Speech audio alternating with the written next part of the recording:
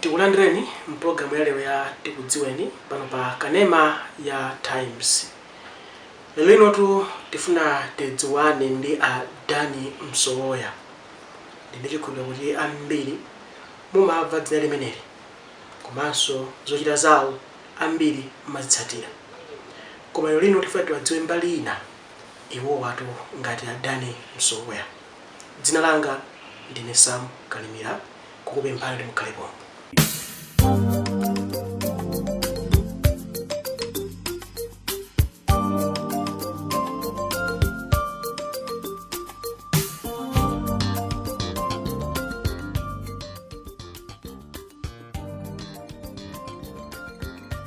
Takulandirani Msowoya mpologalamu lero. Ziko masama. Timafuna kuti amalawi akudziweni lero kuti akati Dani Msowoya ndi ndani. Chabwino. Ndinedo munthu mwana wachitatu mbanja mwa nalipo anthu 8, atsikana 7, mamuna ndeka. Ndabadwira ku Zambia, komano kwakukulu maga malo mwa skulu nazapangira kuno kwathu kumalawi pazifukwa zina chifukwa ku Zambia nthawi zina onditero kuti matauni nthawi zina ana timalekerera timapanga zopulupuza mwakuti mayanga sanaone kuti ndikhala nditsogolo labwino ndikapitiriza mene ndimakhaliramo kukitwe ku Zambia kundi anangoti uyu azipita kumudzi. Ndi anango nditumiza ngati pasero. Ndala mpuvya? Mwana wachinyamata akakula nthawi zina kumenya ndala zako matani. Mpuvya zapa ndo mandali. Zidabya pakali. Zina. Then nabwera kumudzi. Ku Zambia ndamene malekeza sana 7. Pita form 1. Ndipo pamene machome uyonali form 2. Ndipo peza kunali kusiyana kunoko anazakayika kuti ayaye form 2 imene umbono wake uli kuti zipepa nalibe anango nditi basi pompa nzenya ndiye nambira Sunday 8 kuluzi mwene kumusika kwa pizzo kumudzi kwene kwathu ineyo kutumbi mdera la mfumu jala kukua politically timati Mzimba North ndiye kwathu ndiye kumudzi kwa amai kwao kuchoma izana 8 k's kuchoka kumukuzuzu chapampa ndi gawo la Mzimba Northeast. Mayanga anali Victoria Nyapiri. My father was Mr. Msowoya, of course, behind. Iwo kwao ndiye kutumbi. Mai kwao kuchoma. Aha. Ndiye mnamba kuloza maphunziro anu. Mwati mnambira ku Zambia. Form 2. Isida ine bwana. Basi kunoko sana ndilole kuti ndiyambe form 2 1968 yo.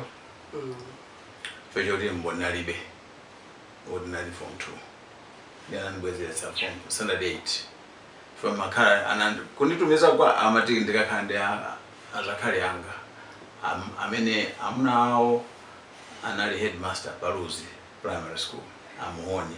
Mr. Muhoni ndi munthu oti ambiri kwadziwa aphunzitsa ambiri onsewa Gudo Gondwe sat in the class ya Mr. Muhoni. GP Gordon Pearson Muhoni, full name. He married my only father's sister. When nakhala ndi anandibwezesa Sunday 69 kumapita ku Kongwe. Because Sunday Robert Blake. Kudowa. When alizaka 4 tacho wako 72. Ndipakale ena anomwena kulibe. Balibo kuti tempuvya udasiya. Yayi. Mpuvya pasukulu maga pasukulu meneza lili. anthu anena kuti auyuzayi ujena anambira kukongwe sikuti zili chonchi zandalezi zinangochita zachitika koma tili kukongwe 1970 Dr. Banda adati tamangizapo pa skuluko tonse amene chifukwa tinakanganapo ndiye ansathu apayeniya ndi tinanena zina za mwano zokhudza mtsogoleri nthawi Kamuzu ndiye anangoti anawapita kaye kumudzi ndi tonse school yonse suspension. We were suspended for 3 months nthawi tikupanga JC ndiye ndayambitsa ndino hayi ngani mene inaambira ku tinali ndi youth week kale lichi youth week imeneyi ndi amatipanga supervise ifeyo anali apa iniya nthawi anali apa ino choka ku Mzanzi training base ndiye anthu aja amationa ngati ifeyo atikhaulitse ngati ana awa apa kongwe anga mwano kapenazi ndiye amatinyamulitse dzimitengo zazikulu. We were constructing bridges in those days and big logs.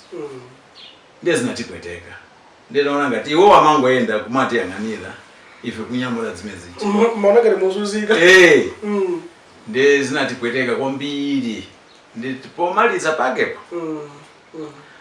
pakepo tinachita ngati matero ake a youth week timakamenya mpira ndiye tinakamenya mpira ndiwo wonso kudowa ndikwene kunayambika ndewu kweneko mu ground imo ndikupondana mwina musabire kumene koko mutabwerako after 3 months izinathawayi zinali zoopsa chifukwa instruction inali yonena kuti akabwera nyamata ana amene wawa palibe mphunzitsi amene analoledwa kuti athandize magesi azayake timayasa makandolo. Headmaster athu nthawi imeneyo sanaliponso yayi anatibweretsa headmaster wina timati Retif anali kunkhoma William Mare. Headmaster athu anali Ankhono Bibi Nkhono ndamene zichika zimene zonanga aonana ngati ife tapangisa zina zache kapena iwo analolera kuti zimene zichitike ndi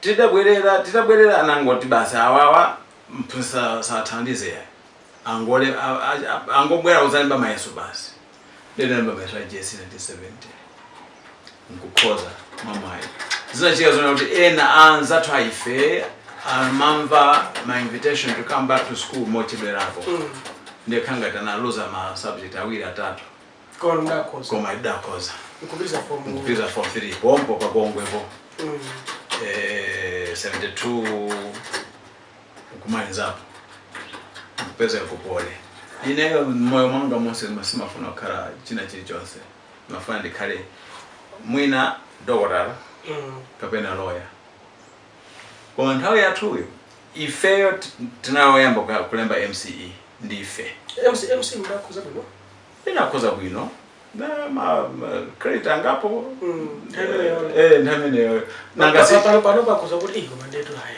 panopo titakwachinya kwambiri titakeza lero titakwachinya kwa basi chifukwa ife tinangochoka ku system imene ya Cambridge imene ali the first grade second grade ndiye anangodukiza pa 70 ansathu 1971 ndamene anamaliza kulamba Cambridge. Iwowa sana asankhidwa kuma college kudikira ifeyo 72 ndiye makasa angati awiri odikira space imodzi ku college ndiye zinali zovuta panali mpikisano. It was a very stiff competition. Chifukwa mina majena afe tinaponya kupita ku law school. For law school imene intake inali yochepa kwambiri. Ndiye mlebe law school sinapiteko ayi nanga malo anali yochepa anthu amaklasi awiri class 71 ndiye 72. It was a very, very stiff competition. However, I didn't regret it. Finally, I found myself in the Polytechnic.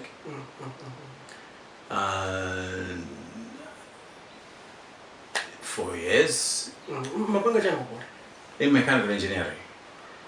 And not mechanical engineering per se, but automotive technology. Automotive technology ndimene tinapanga ifeyo, which was very zofanana malinga training imene nayo ifeyo inali ndithu ngati yonkera ku mechanical engineering. Chifukwa tinalipanga comprehensive training in terms of machining, zambiri mwina waje training imene kwa ambiri ife inali ya chilendo, inali yoambiri pa ife, chifukwa inali project ya anzathu ku Denmark ndamene anabwera ndi project imene yoyo. Chabwino kutanthauza kunena kuti maphunziro papole. Ndaphunzira papole koma kuchoka pamene ndinapita ku University of Eastern Africa. Kukulangirika ku degree ku Kenya, my degree ya industrial engineering. Ku 19 napita ku 19 munthu ndavutika tukoma. Ukuvutika tikamba. Ko muna so ku Kenya. Ku Kenya kunapita 1988 ndachoka ku 91. Ino amalawi akudziwani kuti ndi munthu mmodzi amene banganiza ndale zoyankhulazi ukamuyankhula kwambiri olongolola kwambiri koma sini manama tu simunama ayi mangwana nazo zayamba chinthu zimene zamba maka 1996 zolongololazi July 1996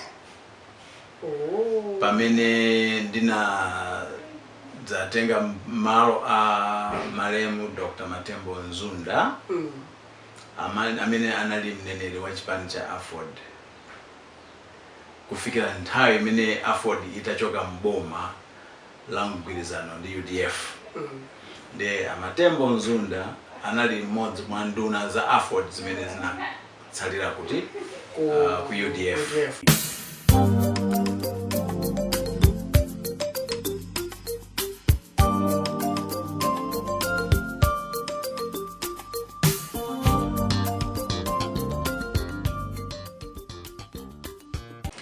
Tikulandire tu chigawo chachiwiri cha program ya Tikudziweni pano pa kanema ya Times. Lero ino tikudziwana ndi Dani Msowoya. Iwo watu ndi mmodzi mwa anthu amene ndale komanso ndi mmodzi mwa anthu omwe amayankhulapo pa nkhani zosiyanasiyana. Tikulandire chigawo chachiwiri. Tinasiya kuona kuti adakuchotsani. Timanena kuti ngampuvya ngakhem kuti ayi mbakuta chilungamo nkhani yaliyo ndiyo mwe ndithi chilungamo tine kuti kapena kukutsali mwe njifaka kwa Afford kuva akutotsanisa kwa Afford ayi zokhazo kwa Afford kushwe kuti vena amene akuti andichotsa safuna ku chilungamo omwe sazidziwanso yomwe kuti iwo ndani kuti ali mchipani ichi mfundo zake nzotani ndondomeko yake yonchosa munthu ndisifo zake nzotani sadziwa ifake ndimanena kuti ukakhala pamalo uziyamba wadziwa kuti anthu pano amakhala bwanji chifukwa uzaonekera ng'amba izi zikuchitika mu Afford ndizachilendo ndakuza ndikale ndinamba khala active mu Afford 1996 enawa kulibe nje zimene ndimapanga mu Afford moja ndimadziwa kuti wani matsata malamulo mmakwana kwambiri ndachihana one iwoja ndi wana muzose Mr. President yako ayi panopa sa president anga president olunda ndi panopa mwene fumbo kuti paja kuna Afford A Afford B ayi ndi Afford mojoka enawa ndiye tinene kuti ndi anthu oti mwina sakuzindikira kuti akufuna atani ndafusa daji ena ajasa wada Afford ndi modzi president chihana kuti inu mwe ndi modzi president ndi modzi chimene chinachitika chimene ana akhala kuti ndi anzeru akanaona kuti chachitika ndi chani achihanawa ndamene anapita ku court ukanena pachankani zili ku court isinkhani yoti ndi isokoneza china chichonse munthu ngokuti ndema kuti iwo ndamene ananena kuti tifuna convention court anauza convention imupange pa 1 May osati tsiku lina lililonse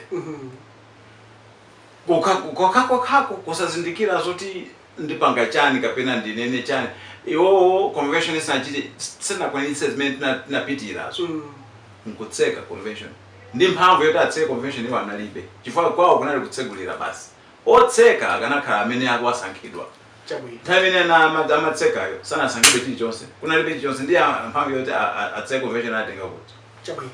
Ningasini convention ndo kwenda kunyumba. Amati ndo kwenda kunyumba. Chipongwe chokajukajo chipongwe bachifa nyumba une nayo. Nzao. Mweni fumbo yo. Majeza mweni fumbo. Ini macheza naye kwambiri. Majeza mweni fumbo. Ai. Mweni fumbo wathandiza chipani ichi kwa kukwana nthazo mbuyo. Situfali kabisa ndale pano. Chabwino. Komano mwina mutu longo solele. Kunena kuti mukamakhala pa nyumba. Madam, nangasiba nokuti simuli pantchito. Ndimalima, ndi kamunda. Komanso yakandipa nyumba free time. I read. Ndimawerenga kwambiri. Nthawi ngati ndibonere mafilimu anga makhala za malamulo. Kumawerenga. Werenga chani? Panopa ndikuwerenga basi mabuku. Mabuku amene makono ya kuwerenga kwambiri okhoza za malamulo. I love to read the Constitution of Malawi. Chifukwa chake mu afford ngati pali munthu amene ali addicted nditero, ali obsessed ndi procedures and rules. Zamalamulo ndikuze nanu. Nthawi zambiri makonda kupanga koti malamulo kuti pakuti. Ulakati kuti pakuti. Chifukwa ndi udindo wa nzika iliyonse kudziwa malamulo a dzikolo. Chifukwa amati ignorance is not defense. So ngane kuti asimadziwa kuti ndikulakwa amati apepani.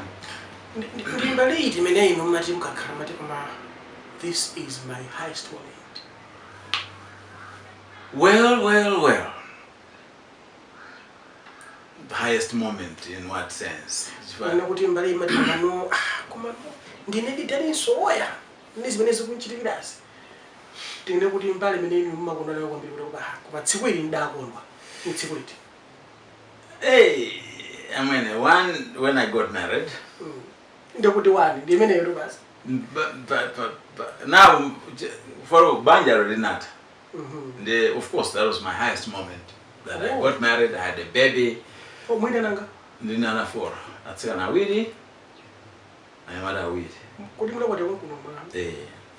Kazanga oyamba ngakonkuno kumala. Koma swali ndi Banjaro chiwiri. Pamene kuli ndinawo ana awiri mayiwo. Wamayo nga ku Liberia. Mapita? Ndimapita. Wosamabwera. Iwoso mwina maja analepera kubwera ifa cha Ebola. Panopo mmene kwa zizilamu mwina ati pange chilingezo kuti abwere kuti azakhale kufa kumudzi mkuno tsopano. Ndalola. Tidalola kaya. Akubwera amalola ndipachi. Amalola. Mwa ujaba.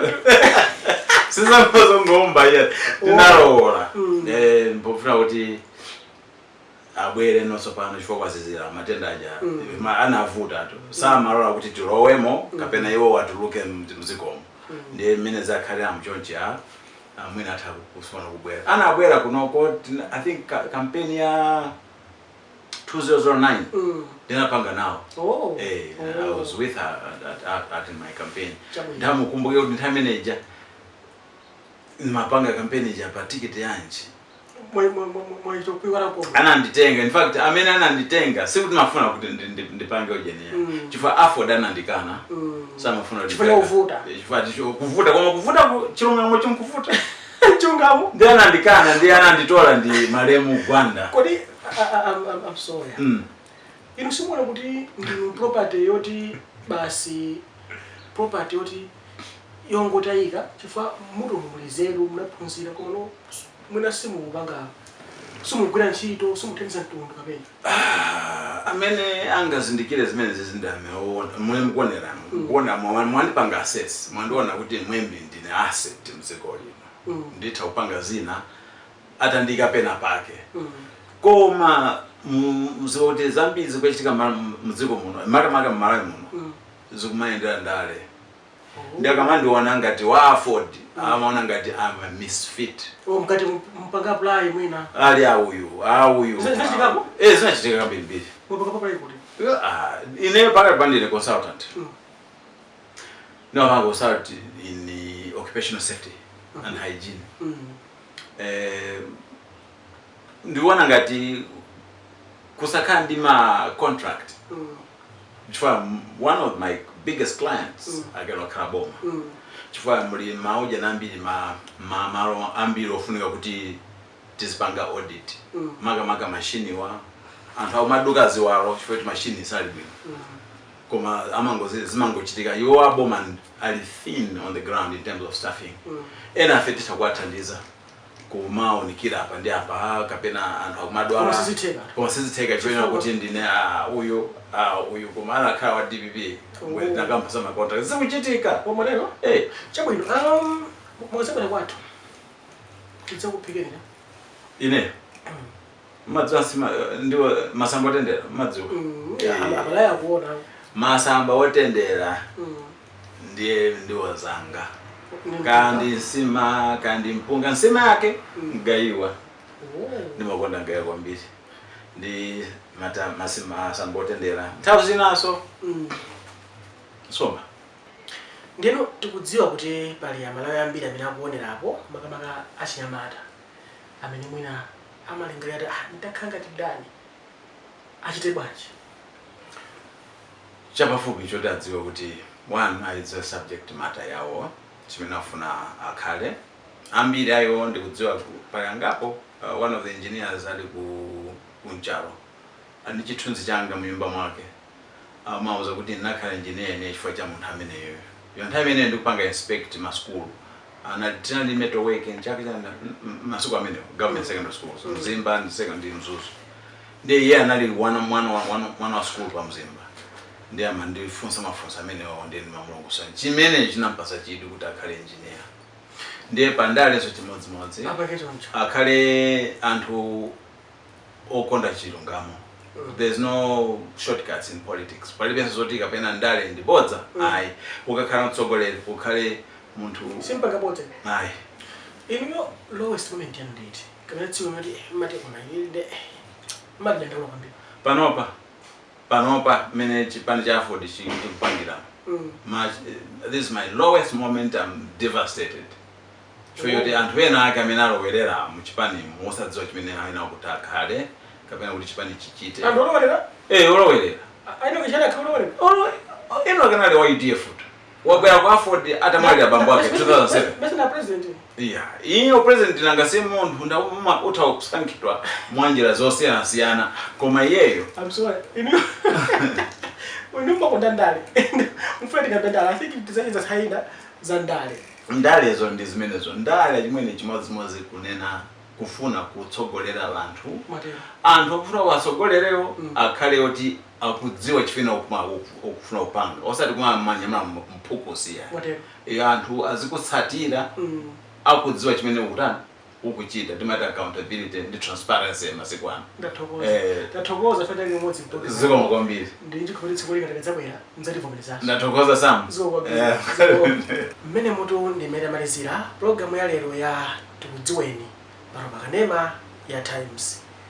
Lero ino timadziwana ndi Dani Msowoya munthu yemwe amachita ndale komanso yemwe amayankhulapo pa nkhani zosiyanasiyana. Dzina langa ndine Msowoya ndikupemphera mudzakhale pompo pomwe ndidzabwera ndi programu ina ya Tikudziweni. Pitirizani kuonera kanema yotsogola, kanema ya Times.